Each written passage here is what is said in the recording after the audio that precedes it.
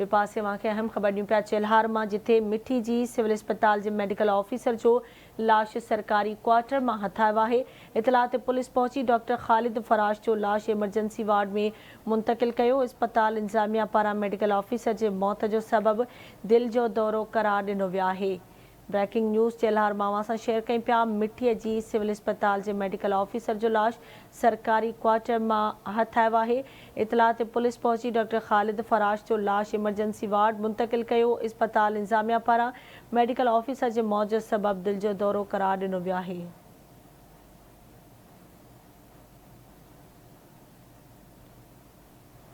चेल्हार मां खे ख़बर ॾियूं पिया। मिठी जी सिविल अस्पताल जे मेडिकल ऑफिसर जो लाश सरकारी क्वार्टर मां हथ कयो वियो आहे। तफ़सील मालूम कंदासीं चेल्हार मां आवाज़ जे रिपोर्टर अता नोहड़ियो खां। जी अता नोहड़ियो, कहिड़ा तफ़सील आहिनि, आगाह कजो।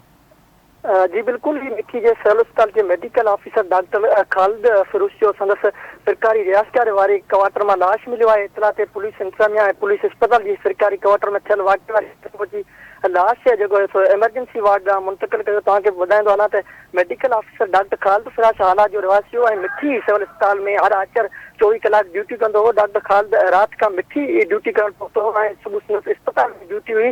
अस्पताल इहो ॿुधाए थो वञे त मेडिकल ऑफिसर खालिद फिरोज जी मौत जो सबबु दिलि जो दौरो पवण करार ॾिनो वियो आहे। डॉक्टरनि पारां ॿुधाए थो वञे त डॉक्टर जे मौत जो कारण दौरो सुबुह जो थियो आहे। जॾहिं हू कपिड़नि में अगट विझी रहियो हो त साह परवास थी वियो। ऑफिसर जो अगट कुल्हे ते पियल हो। उन मां अंदाज़ो लॻाए सघिजे थो त सुबुह जो दिलि भेजी वई आहे। अस्पताल इंतजामिया मेडिकल ऑफिसर सरकारी क्वार्टर में हमेशह तरतल हो। जॾहिं त हिन वक़्तु पोस्टमार्टम कयो पियो वञे। ज़रूरी कार्रवाई खां पोइ लाश वारसनि हवाले कयो वेंदो। जी ठीकु आहे, मुंहिंजी महिरबानी अता अपडेट करण जे लाइ।